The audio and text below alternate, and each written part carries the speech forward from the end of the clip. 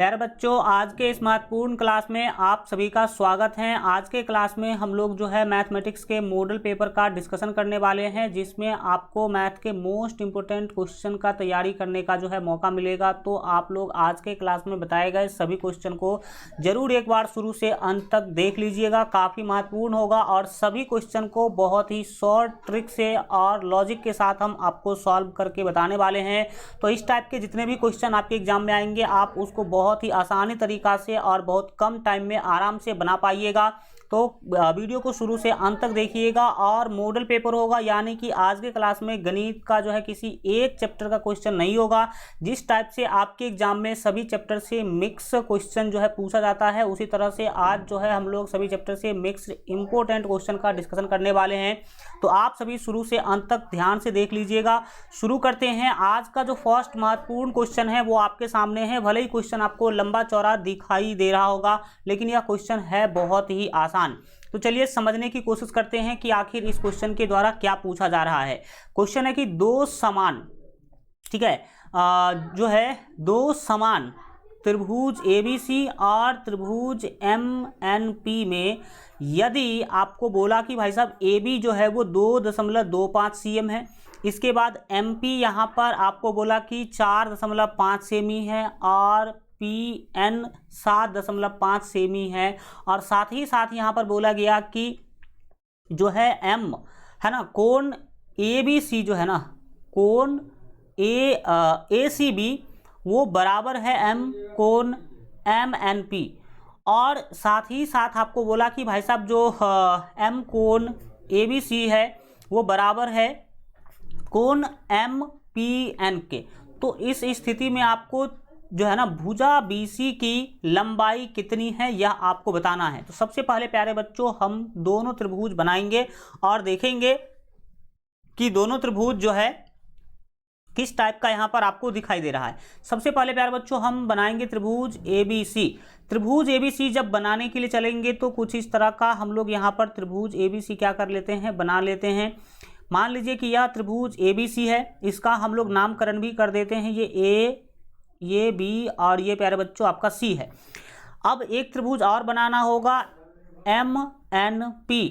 तो यहाँ पर हम बना लेते हैं त्रिभुज MNP। यहाँ पर हम त्रिभुज MNP बना लेते हैं, ठीक है।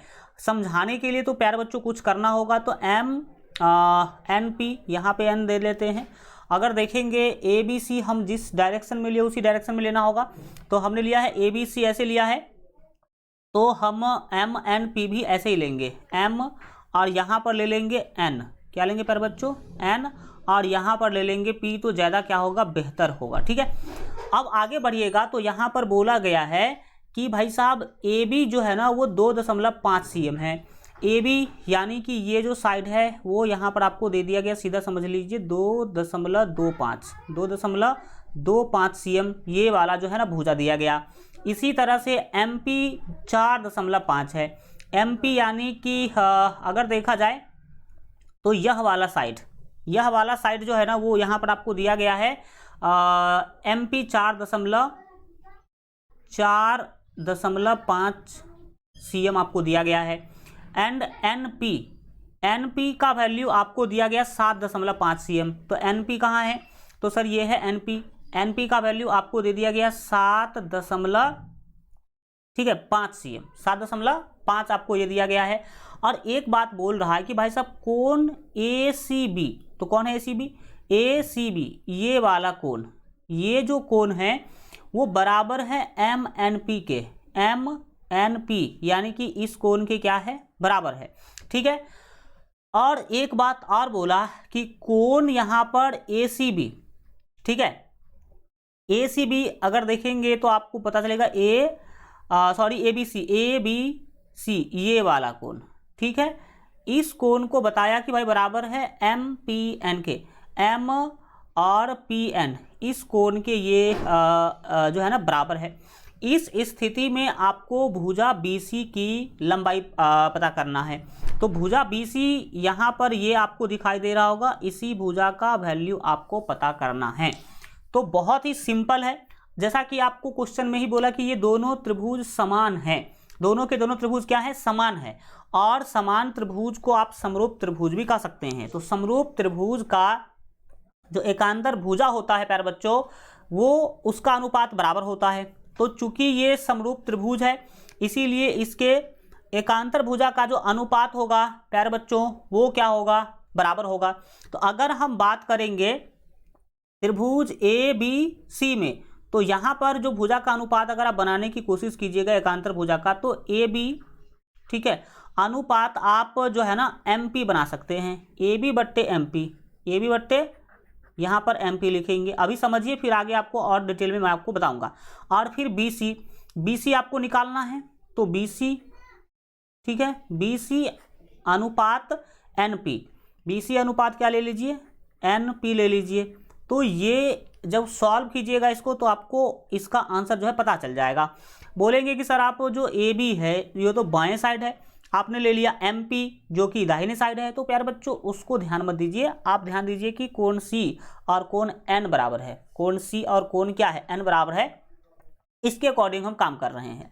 अब यहाँ पर अगर आप देखिएगा तो वैल्यू आपको क्वेश्चन में दे रखा है, ए बी का मान आप देखेंगे तो 2.25 यहाँ पर आपको दिखाई देगा क्वेश्चन में।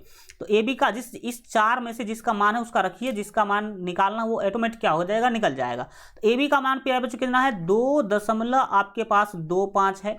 इसके साथ एम पी, तो एम पी का वैल्यू है 4.5, कितना है, 4.5 है। तो यहाँ पर हम 4.5 रख देंगे। ये बराबर है बी सी, जो कि BC का वैल्यू आपके पास नहीं है, तो हम BC को BC ही क्या करेंगे, लिख देंगे। एंड जो आपका NP जो है वो 7.5 है, कितना है, 7.5 है। अब इसको आप सॉल्व कर लीजिए, आपको आंसर जो है मिल जाएगा। सॉल्व करने के क्रम में हम क्या करेंगे, कोना कोनी गुना कर सकते हैं एक स्टेप। तो देखिए BC को 4.5 से गुना कीजिएगा, तो ये हो जाएगा प्यारे बच्चों 4.5 BC, 4.5 BC हुआ। और फिर दाहिने में 2.25 को 7.5 से आपको गुना करना पड़ेगा। तो हम फास्टली क्या कर देते हैं, गुना कर देते हैं, ताकि आपका 1 मिनट का जो समय है प्यारे बच्चों वो क्या हो जाए, बच जाए। कोना कोनी गुना करना होगा आपको, 2.25 को गुना करना है 7.5 से, 7.5 से गुना कीजिएगा। तो ये जो वैल्यू देगा प्यारे बच्चों वो मिलेगा आपको 16, ठीक है, 16.875 यहाँ पर आपको मिला। अब आपको BC निकालना है, तो आप आराम से क्या करेंगे, अगले स्टेप में लिखिएगा BC बराबर आप दाहिने साइड देख रहे हैं कि 16.875 दिखाई दे रहा है, और इधर जो आपको 4.5 दिख रहा है, 4.5 जो दिख रहा है इससे भाग कर दीजिए, आपको BC का वैल्यू आराम से जो है मिल जाएगा। यानी कि आपको अब 16.875 को भाग करना पड़ेगा 4.5 से। तो 4.5 से भाग दीजिएगा प्यारे बच्चों, तो आपको मिल जाएगा 3.75, 3.75 आपका फाइनल क्या हो जाएगा, आंसर आ जाएगा। तो 3.75 आपके ऑप्शन ए में जो है ना दिखाई दे रहा है, तो आपका ए ऑप्शन बिल्कुल क्या हो जाएगा, सही हो जाएगा। तो क्वेश्चन है मात्र एक लाइन का, लेकिन हमने आपको समझाया, इसलिए आप देख सकते हैं कि आप इस तरीका से समझ सकते हैं। तो अगर आप इस तरीका से प्रैक्टिस कीजिएगा तो एक लाइन में आप इस टाइप के क्वेश्चन को आराम से क्या कर सकते हैं प्यारे बच्चों, बना सकते हैं। अब बढ़ते हैं हम आगे, अगला आपका 2 नंबर प्रश्न आपके सामने है। बहुत ही सिंपल क्वेश्चन पूछा जा रहा है। क्वेश्चन है कि एक दिए गए समबाहु त्रिभुज ABC में आपको बोला कि भाई साहब DEF जो है ना वो क्रमशः AB, BC और AC के मध्य बिंदु है। तो आपको बताना है कि चतुर्भुज BEFD पूर्णतः क्या है। तो देखिए यहाँ पर सबसे पहले फिगर हम बनाते हैं ताकि आपको स्थिति समझ में आ जाए। यहाँ पर सबसे पहले आपको एक त्रिभुज बना लेना है। क्या बना लेना है, त्रिभुज। और वो त्रिभुज का नाम क्या देने के लिए बोला है क्वेश्चन में, देख लीजिए आप लोग, तो ABC बोला है। तो प्यारे बच्चों हम इसका नाम ABC दे देते हैं। ये ABC मान लीजिए कि कोई त्रिभुज है। अब इसमें बोला यह कि भाई साहब DEF जो है ना वो AB, BC और AC के मध्य बिंदु है। तो मान लीजिए कि AB का मध्य बिंदु यह है, इसके बाद AC का मध्य बिंदु यह है, और BC का मध्य बिंदु आप मान लीजिए कि यह है। अब इस तीनों को ये मध्य बिंदु आप यहाँ पर नाम दे दीजिए DEF। ये मान लीजिए कि D है AB का मध्य बिंदु, इसके बाद BC का E है, DE ये मान लीजिए कि आपका E है, ठीक है, और जो AC है इसका F है, तो ये आपका F है मान लीजिए। अब इसने बोला यह कि चतुर्भुज BEFD, तो B को पहले आप मिलाइए प्यारे बच्चों यहाँ पर E से, तो BEFD देखिए ये जो BE, ठीक है, BEFD, ठीक है, और इसको इस तरह से आप क्या कर सकते हैं, मिला सकते हैं। तो आप जरा बताइए, सिंपल आपको यहाँ पर बताना यह है कि BEFD जो यहाँ पर आपको चतुर्भुज मिला, जो ग्रीन कलर में आपको दिखाई दे रहा है, यह कैसा चतुर्भुज है? तो आप बोलेंगे सर ये तो हमें दिखाई दे रहा है समलंब चतुर्भुज है। कैसा चतुर्भुज है? समलंब चतुर्भुज है, क्योंकि आप देख सकते हैं कि एक आमने सामने की भुजा समांतर आपको क्या हो रहा है, दिखाई दे रहा है, ठीक है, वर्ग नहीं है, आयत नहीं है, सम चतुर्भुज तो ये है ही नहीं, तो ये कैसा होगा, समलंब चतुर्भुज होगा। डेट मीन्स सी ऑप्शन आपका बिल्कुल सही होगा। ये लॉजिकल क्वेश्चन है, कंसेप्ट बेस्ड क्वेश्चन है। नेक्स्ट बात करेंगे आपके क्वेश्चन नंबर 3 के लिए, जो कि वेरी सिंपल क्वेश्चन है। क्वेश्चन के द्वारा पूछा जा रहा है कि जब भाई साहब थीटा का वैल्यू 45 डिग्री है तो आपको sec theta plus cosec theta का मान क्या होगा, यह बताना है। Very simple question. और इसी तरह के क्वेश्चन आते हैं, कोई हाई लेवल के क्वेश्चन नहीं आते हैं। देखिए आप थीटा का वैल्यू 45 रखेंगे, भाई साहब अगर यहाँ पर सेक थीटा है तो आप थीटा का वैल्यू क्या रखते हैं, 45 डिग्री रखते हैं, और यहाँ भी थीटा का वैल्यू अगर आप 45 डिग्री रख देते हैं तो बताइए सेक 45 डिग्री का मान क्या होता है? तो सर बोलेंगे सेक 45 डिग्री का मान √2 होता है, प्लस कॉसेक 45 डिग्री का मान कितना होता है, तो कॉसेक 45 डिग्री का मान भी होता है √2। इसको अब आप जोड़ दीजिए तो 1√2 यह हो जाएगा 2√2। ये फाइनल आंसर है प्यारे बच्चों। इसमें कोई लंबी चौड़ी जो है ना सॉल्यूशन की जरूरत नहीं है। इतना लॉजिक से आपको सिखाएंगे कि आप कहेंगे वाह वाह वाह। तो यहाँ पर आपका आंसर कौन सा दिख रहा है भाई साहब, ये सी ऑप्शन आपका बिल्कुल सही आंसर हो जाएगा। इस तरह से आप बना लेंगे। अगला क्वेश्चन आपके सामने आ चुका है। आपको बोला गया कि भाई साहब ये जो व्यंजक आपको दिया गया 1 + cot² a बट्टे 1 + cosec a किसके बराबर है, तो जब भाई साहब सॉल्व करेंगे तब तो पता चलेगा। तो आइए सबसे शॉर्टकट मेथड से हम आपको सॉल्व करना सिखाते हैं। इसको पहले आप क्या कर लीजिए, लिख लीजिए जब सॉल्व करने के लिए जाइएगा तब। तो आइए हम लिखने की कोशिश करते हैं। ये 1 दिख रहा है ना, ये 1, इसको प्यारे बच्चों हम लिख देते हैं 1/1। अब बीच में जो प्लस है उसको लिख देते हैं प्लस, ऊपर में जो cot² थीटा दिख रहा है ना, cot² a, आपको सूत्र याद होना चाहिए तब बनेगा, नहीं तो नहीं बनेगा। तो cot² a का जो सूत्र होगा प्यारे बच्चों वो होगा cosec, ठीक है, स्क्वायर cosec स्क्वायर a-1, यानी कि cot² थीटा बराबर cosec² थीटा -1 होता है। ये आपको पहले से याद होना चाहिए। तो cot² a को हम लिखेंगे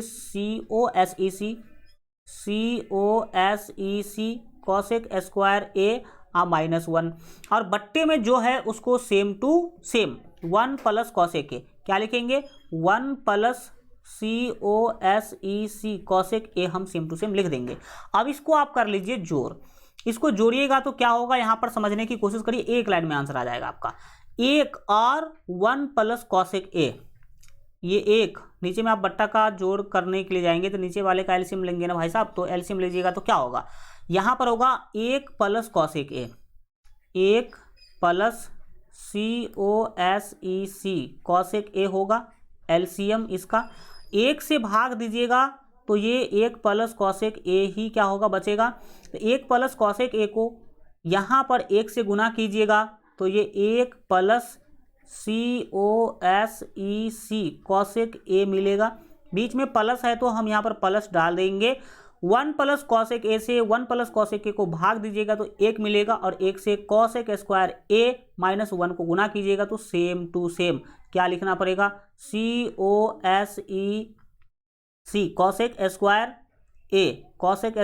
a और -1, ठीक है। अब यहाँ से आपका फंडा होगा क्लियर। क्या क्लियर होगा, देख लीजिए, ये +1 से प्यारे बच्चों ये -1 चलता बना, ठीक।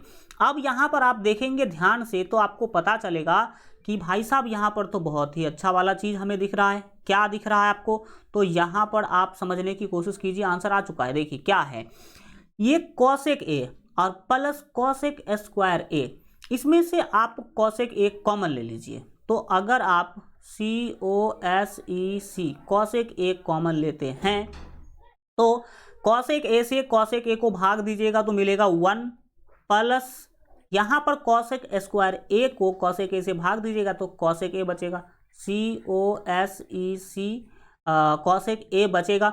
नीचे में जो भी चीज़ है उसको सेम टू सेम लिख लीजिए, 1 प्लस कॉसेक ए, COSEC कॉसेक ए। अब आपका आंसर हो चुका है प्राप्त। तो देखिए कि क्या सही आंसर यहाँ पर होगा। 1 प्लस कॉसेक ए से ऊपर वाला, नीचे वाला 1 प्लस कॉसेक ए क्या होगा, कट जाएगा। आपके पास बचा तब क्या, आपके पास तब बच गया यहाँ पर कॉसेक ए। क्या बचा प्यारे बच्चों, COSEC कॉसेक ए बचा, जो कि फाइनल आंसर है। तो एक लाइन में आंसर मिल रहा है आपको, एक लाइन में। प्रैक्टिस कीजिएगा आप लोग तो बहुत ही जल्दी आप क्या कर पाएंगे, बना पाएंगे।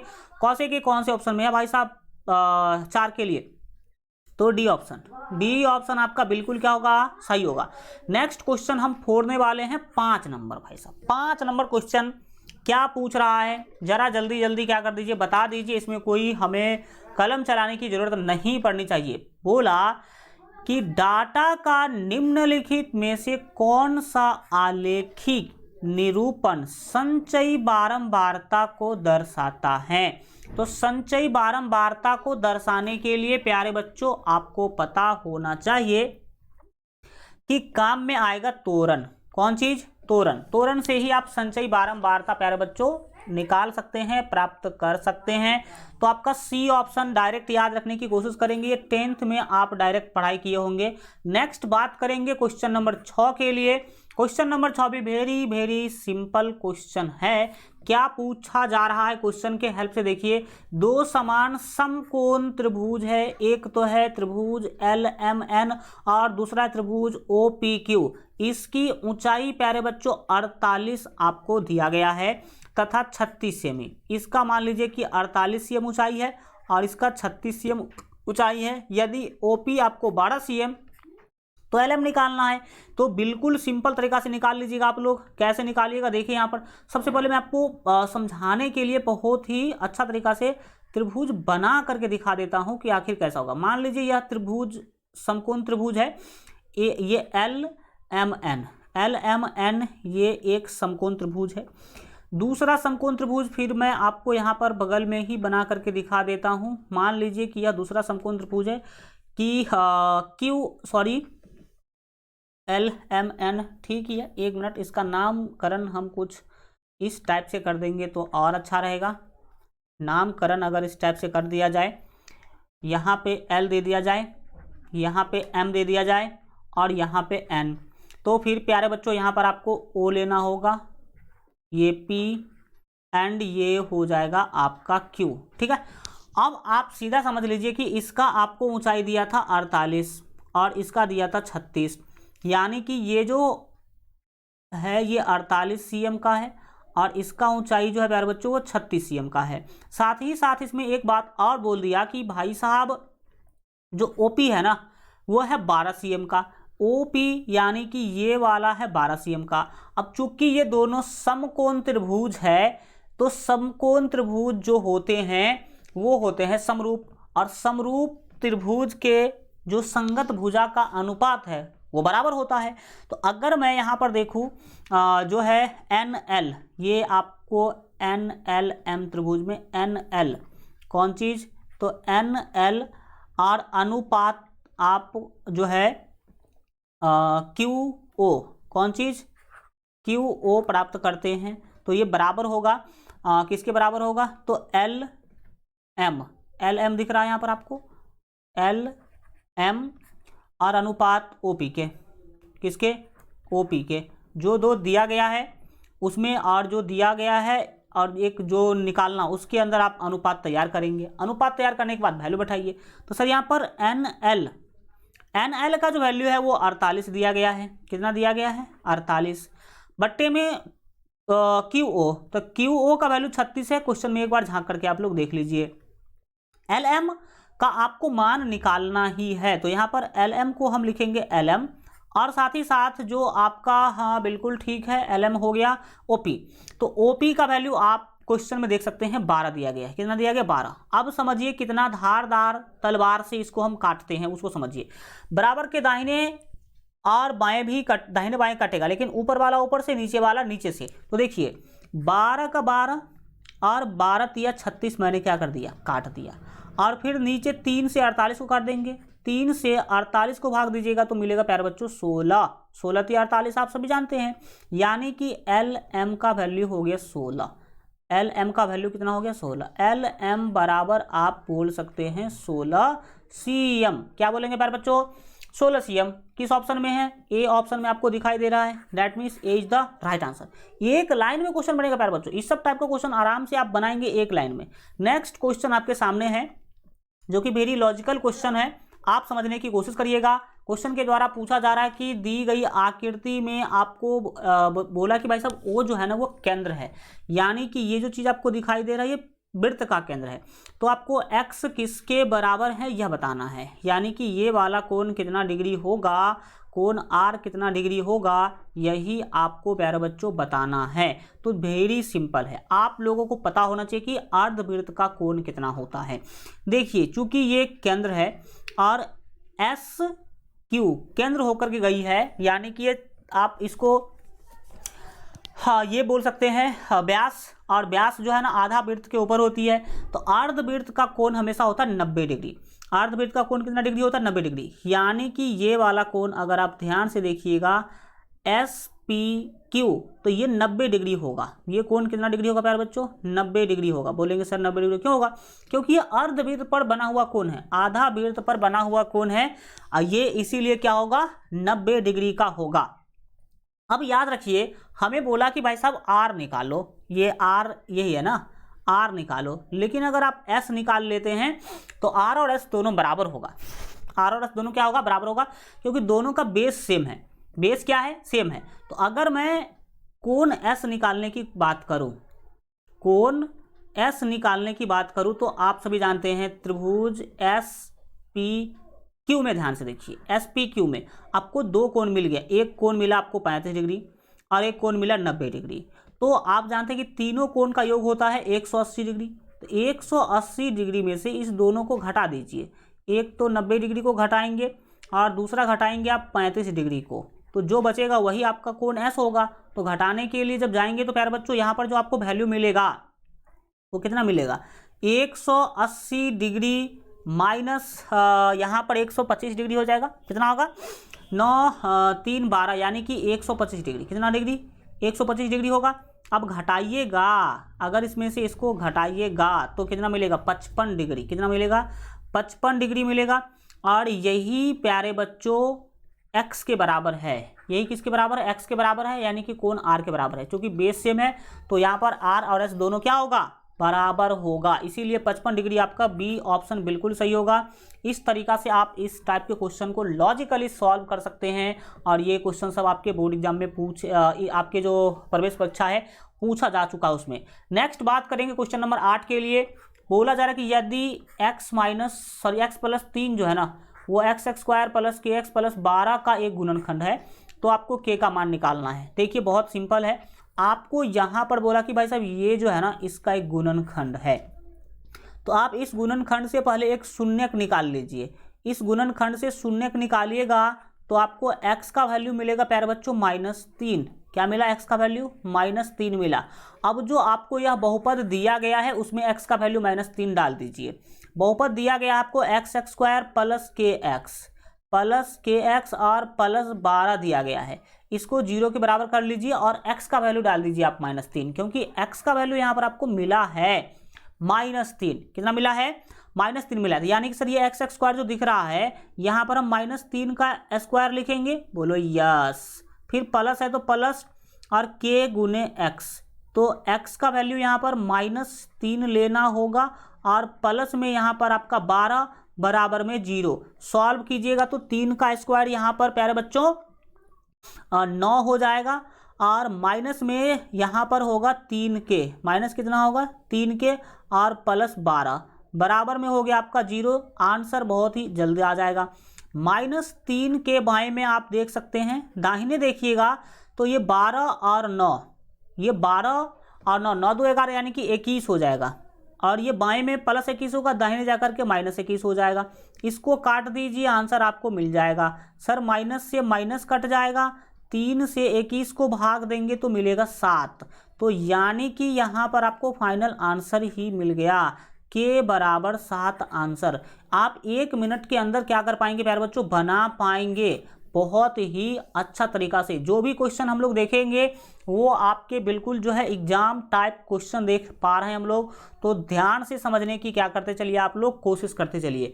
नेक्स्ट सेम क्वेश्चन आपके सामने है कि यदि इस समीकरण, ये आपको समीकरण दिया गया है, इसका एक मूल आपको दिया गया है 5, तो के का मान। देखिए मूल का मतलब क्या होता है, मूल का मतलब होता है एक्स का मान, मूल का मतलब होता है एक्स का मान। तो आपको एक्स का मान दिया हुआ है, इसी स्थिति में आपको ये जो आपको समीकरण है x² -6 के x, ठीक है, -6 के x और +5 बराबर 0, इसमें आपको k का मान निकालना है। वेरी सिंपल, क्या करेंगे हम, यहाँ पर x का वैल्यू 5 मिला ही है तो हम x का वैल्यू 5 रख देंगे। यहाँ होगा 5 का स्क्वायर -6 गुने k, 6 गुने k गुने x, तो x का वैल्यू 5 और प्लस में यहाँ पर 5 है तो 5 को लिख लेंगे बराबर में 0।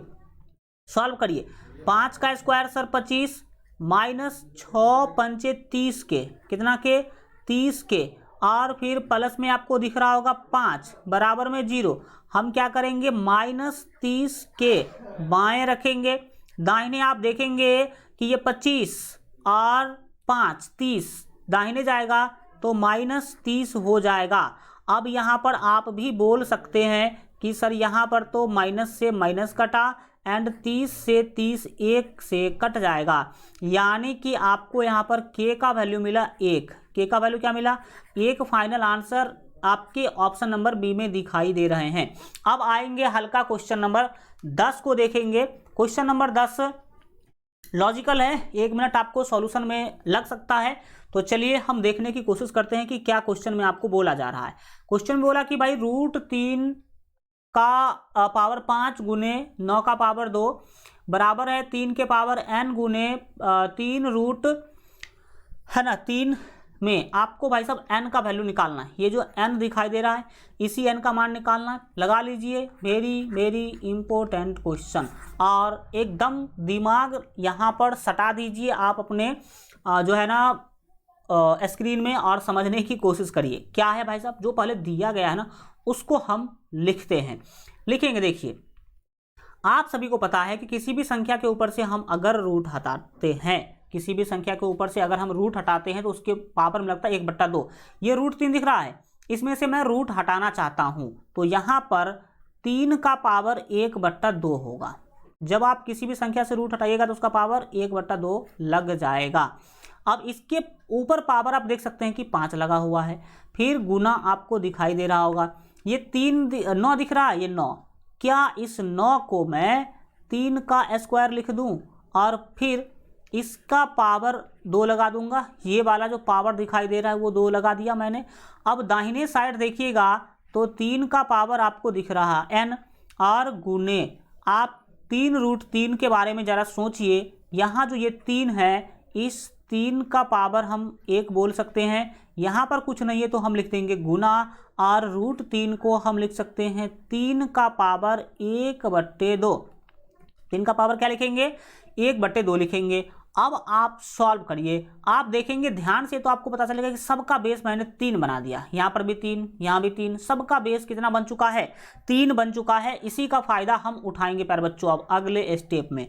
अगला स्टेप में मैं करूँगा क्या, ये जो बेस सेम है तो आपको पता है कि गुना में जब बेस सेम होता है तो पावर जुटता है, गुना में जब बेस सेम होता है तो पावर जुटता है। तो ये 3 हम एक बेस क्या करेंगे, उठा लेंगे। अब बताइए 1/2 को 5 से गुना कीजिएगा। जब पावर पर पावर होता है तो पावर का गुना हो जाता है।